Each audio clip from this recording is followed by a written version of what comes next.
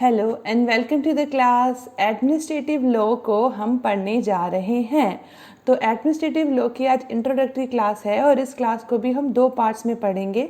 आज की क्लास में हम इसका मीनिंग, इसकी इंपॉर्टेंट रीजंस ऑफ ग्रोथ को हम पढ़ेंगे और नेक्स्ट क्लास में historical growth of administrative law को पढ़ेंगे। तो देखिए, एडमिनिस्ट्रेटिव लॉ क्या होता है। एडमिनिस्ट्रेशन के लिए जो बनाया गया उस कानून को कह देंगे एडमिनिस्ट्रेटिव लॉ। लेकिन एडमिनिस्ट्रेशन क्या होता है, हमें अच्छे से पता है कि हमारे कॉन्स्टिट्यूशन में तीन ऑर्गन काम करते हैं, लेजिस्लेटिव, एग्जीक्यूटिव और जुडिशरी। तो जो कानून लेजिस्लेटिव बना देता है उस कानून को पालन कराने का काम एग्जीक्यूटिव का होता है। तो ये जो एग्जीक्यूटिव है ये एडमिनिस्ट्रेशन है। तो जो एडमिनिस्ट्रेटिव लॉ होता है वो उस लॉ के बारे में बात करता है जो लॉ डिफाइन करता है एडमिनिस्ट्रेशन की पावर्स को और उनके स्ट्रक्चर को, मीन्स किस तरीके से एडमिनिस्ट्रेशन काम करेगा और क्या काम करेगा और क्या उनकी लिमिटेशंस होंगी, क्या उनकी पावर की लिमिटेशंस होंगी। और अगर वो कुछ ऐसा काम करते हैं जो कि पब्लिक के हित में नहीं है तो उनके अगेंस्ट भी रेमेडीज़ अवेलेबल हैं रिट के फॉर्म में। जैसे कि अब हम बात करते हैं डेफिनेशंस की। तो अलग अलग ज्यूरिस्ट ने एडमिनिस्ट्रेटिव लॉ की अलग अलग डेफिनेशन दी और इन डेफिनेशंस के कुछ कुछ पॉइंट्स हैं जो हमें अच्छे तरीके से ध्यान में रखने ज़रूरी हैं, क्योंकि एग्जाम में डायरेक्ट पूछ लिया जाता है कि ये डेफिनेशन किसने दी थी। तो सबसे पहले डाइसी की बात करते हैं। डाइसी फ्रेंच व्यक्ति हैं और इनकी जब हमने बात की तो इन्होंने ड्राइड एडमिनिस्ट्रेशन हम पढ़ेंगे वो इन्होंने दिया था, डुअल एडमिनिस्ट्रेशन की बात की थी। तो इन्होंने कहा administrative law Nations legal system का वो वाला लॉ है जो कि एक तरफ ये डिफाइन करता है कि जो स्टेट ऑफिशियल्स हैं उनका लीगल स्टेटस क्या है और उनकी लायबिलिटीज़ क्या है। तो एक तरफ ये डिफाइन करने के बाद दूसरी तरफ ये बताता है कि जो प्राइवेट इंडिविजुअल्स हैं उनके राइट्स एंड लायबिलिटीज़ क्या हैं जब वो पब्लिक ऑफिशियल्स के साथ में डील करते हैं। तो दो तरीके से बताया एडमिनिस्ट्रेटिव लॉ को डाइसी ने। अब जब हमने डाइसी की बात की तो जब आप एग्जाम में अगर आ जाए आपके सामने डेफिनेशन तो आपको ये समझ में आ जाना चाहिए कि अगर दो तरीके से डिफाइन किया गया एडमिनिस्ट्रेटिव लॉ को, एक स्टेट ऑफिशियल की पावर्स के बारे में और एक प्राइवेट इंडिविजुअल्स की राइट्स एंड लायबिलिटीज़ के बारे में, तो समझिए वो डाइसी ने कहा है। इसके अलावा अगर आपको एग्जैक्ट समझना हो तो स्टेट ऑफिशियल्स की जब लीगल स्टेटस और लायबिलिटीज़ की बात करी तो वो डाइसी ने कहा। ये हमें ध्यान रखना है, लीगल स्टेटस की बात किसने की, डाइसी ने की थी। ये मैं आपको इसलिए बता रही हूँ कि आने वाली डेफिनेशंस में माइनर डिफरेंस होंगे और वो डिफरेंस की वजह से हम एग्जाम में क्वेश्चन गलत करके आ जाते हैं। तो हमें ध्यान रखना है, लीगल स्टेटस और लायबिलिटीज़ की बात डाइसी ने कही थी। अब हम बात करें नेक्स्ट डेफिनेशन की तो वो प्रोफेसर जेनिंग्स की है। इन्होंने कहा कि एडमिनिस्ट्रेटिव लॉ वो लॉ है जो कि डिटरमाइन करता है ऑर्गेनाइजेशन पावर्स एंड ड्यूटीज़। अब यहाँ देखिए, हमने लास्ट डेफिनेशन में यानी डाइसी की डेफिनेशन में लीगल स्टेटस की बात की थी और यहाँ ड्यूटीज़ वर्ड ऐड हो गया। तो पावर्स और ड्यूटीज़ की जब बात करी तो उसको डिफाइन किया गया जेनिंग्स के द्वारा। और यहाँ पर हमने बात की थी पिछली जो हमारी स्लाइड थी कि यहाँ पर क्या डिसाइड होता है कि एक नेशन के लीगल सिस्टम में लीगल स्टेटस क्या होगा, लायबिलिटीज़ क्या होंगी स्टेट ऑफिशियल्स की। तो स्पेसिफिक किसको बात को बता दिया गया कि जो एडमिनिस्ट्रेशन की हम बात करेंगे, जो एडमिनिस्ट्रेशन डिपार्टमेंट की बात करेंगे, एडमिनिस्ट्रेशन ऑर्गन की बात करेंगे, उसमें स्टेट ऑफिशियल्स आते हैं, पब्लिक ऑफिशियल्स आते हैं। यानी अगर हिंदी में बात करें तो किसी भी देश के सरकारी कर्मचारी जो आते हैं वो सब एडमिनिस्ट्रेटिव लॉ में आते हैं। तो यहाँ पर भी वही बात की कि एडमिनिस्ट्रेटिव अथॉरिटीज़, तो अथॉरिटीज़ में वही सब आ जाते हैं जो कि पब्लिक ऑफिशियल्स होते हैं। फिर नेक्स्ट डेफिनेशन हमारे पास है वेड एंड फिलिप्स की। ये वो इन्होंने बोला कि जो एडमिनिस्ट्रेटिव लॉ है वो पब्लिक लॉ की वो ब्रांच है जो कि composition, powers, duties, rights and liabilities की बात करती है, बहुत सारे ऑर्गन्स की जो कि एडमिनिस्ट्रेशन में इंगेज्ड हैं। अब यहाँ देखिए, ये जो डेफिनेशन में उसमें बहुत सारे वर्ड्स ऐड हुए, composition, powers, duties, rights, liabilities. तो यानी जो पहले की डेफिनेशंस थी उनसे इसका स्कोप बढ़ता चला गया। डाइसी फ्रेंच, जेनिंग्स ब्रिटिश और ये वेड एंड फिलिप्स की हमने बात की जिन्होंने बहुत ज़्यादा इसको एलैबोरेट किया। फिर केसी डेविस की डेफिनेशन आ जाए देखेंगे, क्योंकि इस डेफिनेशन के ऊपर ही हमारे जो इंडिया में एडमिनिस्ट्रेटिव लॉ की जो डेफिनेशन है वो वर्क करती है। तो ये हमारे लिए बहुत इंपॉर्टेंट हो जाती है। यहाँ पे कहा गया कि एडमिनिस्ट्रेटिव एजेंसी किस तरीके से काम करेंगी, उनकी क्या पावर्स होंगी, क्या प्रोसीजर्स होंगे उनके काम को करने का, वो बताता है एडमिनिस्ट्रेटिव लॉ। और इसके अलावा एडमिनिस्ट्रेटिव लॉ जुडिशियल रिव्यू की भी बात करता है, एडमिनिस्ट्रेटिव एक्शन की।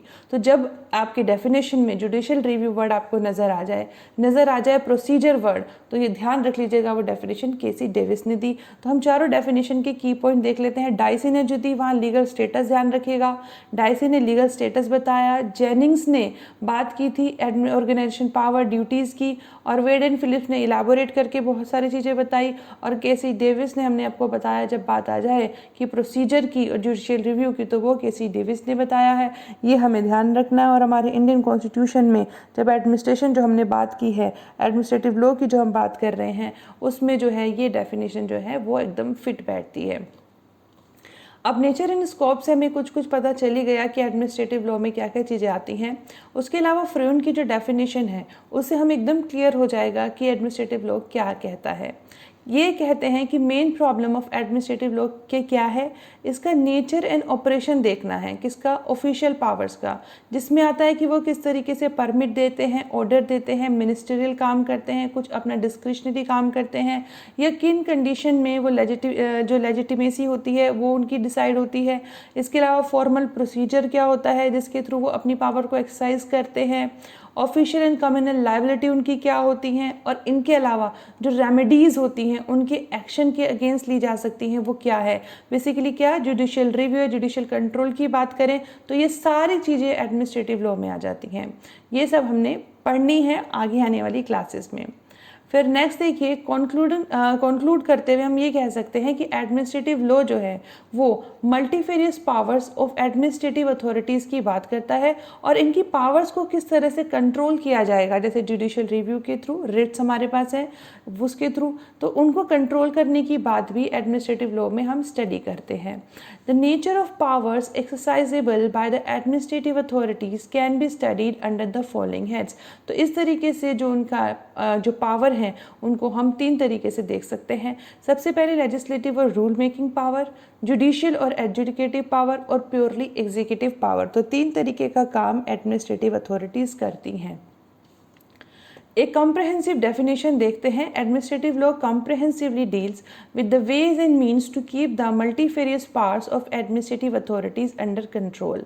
सिंपल सी बात है, पावर तो बता दी, लेकिन उनकी पावर्स को किस तरह से कंट्रोल करेंगे वो भी एडमिनिस्ट्रेटिव लॉ हमें बताता है। और ये ऑटोक्रेटिक रूल को ताकि ना हो, किसका ऑटोक्रेटिक रूल, एडमिनिस्ट्रेटिव अथॉरिटीज़ जो हैं अपना ऑटोक्रेटिक रूल ना क्रिएट कर पाएँ, इसके लिए इनके पावर के ऊपर जो है क्या किया गया है, कंट्रोल भी लगाया गया है। और इस पावर को लॉर्ड हिवर्ट बोलते हैं न्यू डेस्पोटिज्म। डेस्पोटिज्म ऑटोक्रेसी की, ऑटोक्रेसी तो चली गई, ठीक है, अब एक ऑटोक्रेसी का मतलब नहीं है, लेकिन एडमिनिस्ट्रेटिव के हाथ में अगर इतना ज़्यादा पावर आ जाएगा कि वो अपनी मर्जी से काम करवाएंगे, लोगों के साथ काम करेंगे, उन्हें जो है काम करने के लिए निर्देश देंगे, तो अगर उनके ऊपर कोई कंट्रोल नहीं होगा तो वो कैसे हो जाएगा, डेस्पोटिज्म हो जाएगा। तो इसीलिए एडमिनिस्ट्रेटिव लॉ आया है ताकि उनकी पावर्स के साथ साथ उनके ऊपर कंट्रोल भी किया जाए। अब मैं बार बार उनके ऊपर control, public officials, public authorities, state officials की बात कर रही हूँ। तो इसमें क्या क्या आता है, देखिए एडमिनिस्ट्रेटिव बॉडीज़ जो होती हैं वो सब इसके अंदर आ जाती हैं। एडमिनिस्ट्रेटिव बॉडीज़ जैसे कि वेज बोर्ड हुआ, ये जो होते हैं ये हमारे कानून तो बन के आ गए, लेकिन कानून के अंदर हमेशा जो होते हैं जजेस के पास जाए मैटर, ऐसा नहीं होता। जो अलग अलग एक्ट होते हैं उनमें भी कुछ जो ये जो हम बात करें ना, एडमिनिस्ट्रेटिव बॉडीज़ ये होती हैं जिनके थ्रू भी जो मैटर होता है रिलेटेड टू दैट, कोई अगर किसी को कोई ग्रीवांस है तो वो एडजुडिकेट हो सकता है। सेंट्रल बोर्ड ऑफ रेवेन्यू है, commission of inquiry and advisory boards है, टैरिफ कमीशन है, ये सब आते हैं। जैसे कंपनीज एक्ट के अंदर कंपनी ट्राइब्यूनल्स हैं, तो ये भी आते हैं, हमारे एडमिनिस्ट्रेटिव बॉडीज़ में आते हैं। एनवायरमेंट प्रोटेक्शन एक्ट बना तो वहाँ पे आया एनवायरमेंट जो प्रोटेक्ट करने के लिए जो ट्राइब्यूनल आई, तो ट्राइब्यूनल्स जो होती हैं वो सारी यहाँ पर इंक्लूड होती हैं एडमिनिस्ट्रेटिव बॉडीज़ में। इस तरीके से अगर कोई भी जो है ह्यूमन रिसोर्स से रिलेटेड वर्कमैन कंपनसेशन का कोई एक्ट बनता है या फैक्ट्री एक्ट बनता है, तो उसमें जो भी एडमिनिस्ट्रेटिव बॉडीज़ होंगी वो सब एडमिनिस्ट्रेटिव लॉ के अकॉर्डिंग ही गवर्न होंगी।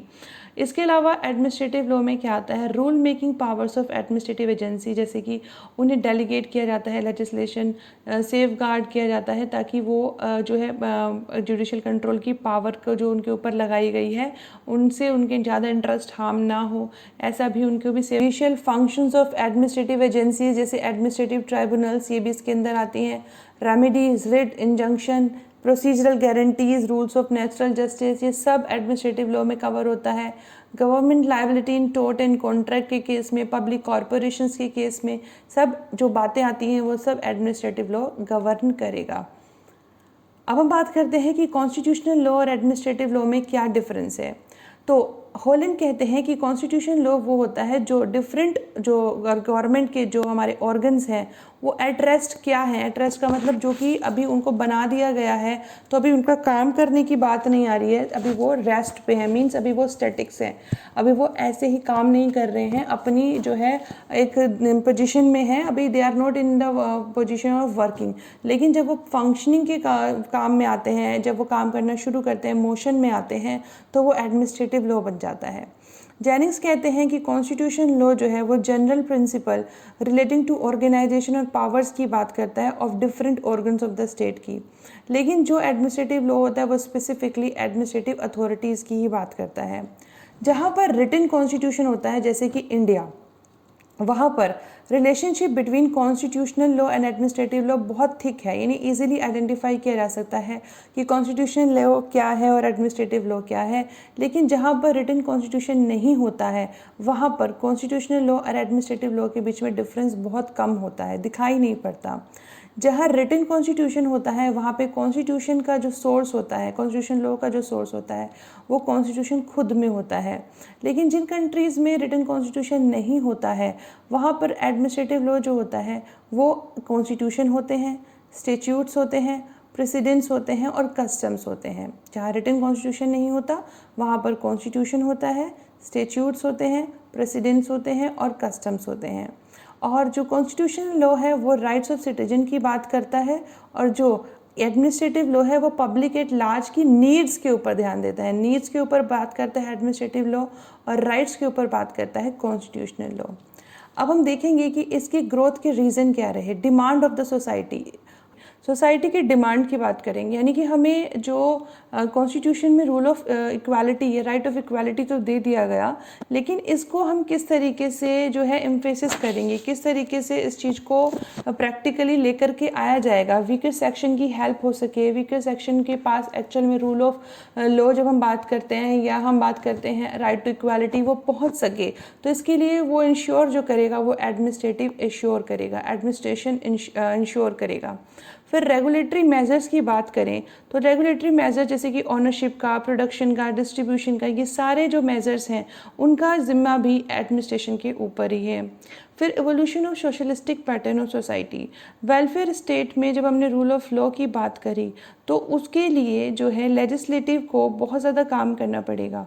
तो काम करने के लिए कुछ ऐसे लोग भी चाहिए जो कि उसको उसके करे हुए काम को, लेजिस्लेटिव के काम को किए हुए, जो उस चीज़ को क्या कर सके, उसको इन्फोर्स करा सकें। इसीलिए एडमिनिस्ट्रेशन की जो है ज़रूरत पड़ती है। फिर inadequacy of legislative process rigid होता है, थोड़ा टाइम लगता है, एडिक्वेट नहीं होते हैं, तो उस गैप को फिल करने के लिए एडमिनिस्ट्रेशन चाहे तो कुछ थोड़े बहुत कानून बना सकते हैं, जैसे कि रेट फिक्स कर दिया, लाइसेंसिंग, ये सब चीज़ें आ सकती हैं आराम से एडमिनिस्ट्रेशन के जो परव्यू है, उनका जो डोमेन है वहाँ पर। अब जुडिशियल सिस्टम की इनएडिक्वेसी, क्योंकि वह बहुत ज़्यादा स्लो, कॉस्टली, एक्सपर्ट चाहिए उसमें करने के लिए, काम करने के लिए, तो उसकी वजह से जो है एडमिनिस्ट्रेशन जो होता है वो हेल्प करता है ताकि न्याय पहुंच सके। फिर scope of experimentation in administrative process की अगर हम बात करें तो यहाँ पर आ जाता है कि यहाँ पर इजीली हम चेंज कर सकते हैं जो भी हमें करना है। जो ये लोग पॉलिसीज़ बनाते हैं, पॉलिसीज़ बना सकते हैं एडमिनिस्ट्रेटिव प्रोसेस के थ्रू, कुछ पॉलिसीज़ बना सकते हैं, जैसे प्रैक्टिकली ये लोग काम करते हैं पब्लिक के साथ में, तो they are very much aware about the things, about the public needs and all, और वो उसी तरीके से अपनी पॉलिसीज़ में कुछ भी चेंज कर सकते हैं। But legislative obvious they are not with the public, they not working with the public, तो उनको नहीं पता, आइडिया नहीं हो सकता। हाँ ठीक है, देयर आर फ्यू पीपल जो आते हैं और देखते हैं कि पब्लिक के बीच में उनकी क्या नीड्स हैं, बट जनरली जो एडमिनिस्ट्रेशन जो होता है वो जितना क्लोज पब्लिक के होता है वो लेजिस्लेटिव नहीं होती है, तो इसीलिए वो एडमिनिस्ट्रेटिव जो काम जो है, जो ग्रोथ का जो रीज़न है वो ज़्यादा है।